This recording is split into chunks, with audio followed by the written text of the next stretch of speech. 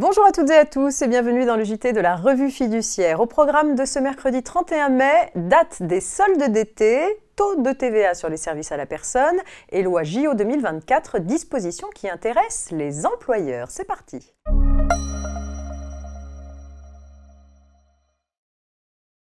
Depuis 2020, en principe, les soldes d'été durent 4 semaines et débutent le dernier mercredi de juin ou l'avant-dernier lorsque le dernier est postérieur au 28 juin. Cet été, la période des soldes commencera donc le mercredi 28 juin 2023 pour s'achever le mardi 25 juillet 2023.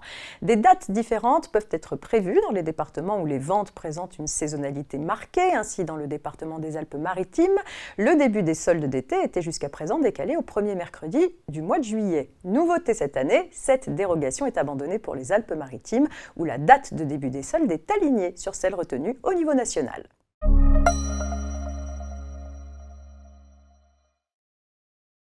Dans le cadre d'une réponse de l'administration fiscale à un contribuable, des précisions ont été apportées concernant le taux de TVA applicable aux prestations rendues par les entreprises du secteur des services à la personne.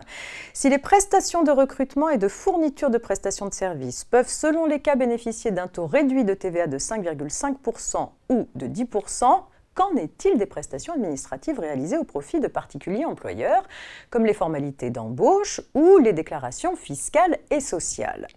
La réponse varie selon que la société intervient en tant qu'intermédiaire transparent ou opaque. Si la société intervient comme intermédiaire transparent, agissant au nom et pour le compte du particulier employeur, la commission perçue en contrepartie de cette prestation d'entremise est soumise à la TVA au taux normal de 20%.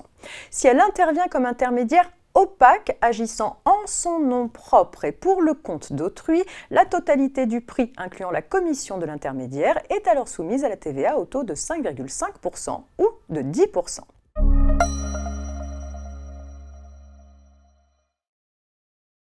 La loi visant à aménager certaines règles légales pour la tenue en France des Jeux Olympiques et Paralympiques de 2024 a été publiée au Journal officiel. Certaines dispositions intéressent directement les employeurs. Pour satisfaire les besoins importants en matière d'offres commerciales qui existeront au moment des Jeux, la loi instaure notamment un dispositif spécifique d'ouverture des commerces le dimanche sur autorisation préfectorale, sur la base de plusieurs critères, avec des garanties pour les salariés qui travailleront sur la seule base du volontariat. La loi prévoit aussi des dispositions applicables aux salariés des entreprises de travail temporaire et aux étudiants étrangers qui seront affectés à la sécurité des Jeux. Une enquête administrative pourra ainsi être effectuée à l'égard des salariés intérimaires engagés par les entreprises de transport et les gestionnaires d'infrastructures pour être affectés aux opérations de sécurité lors des JO.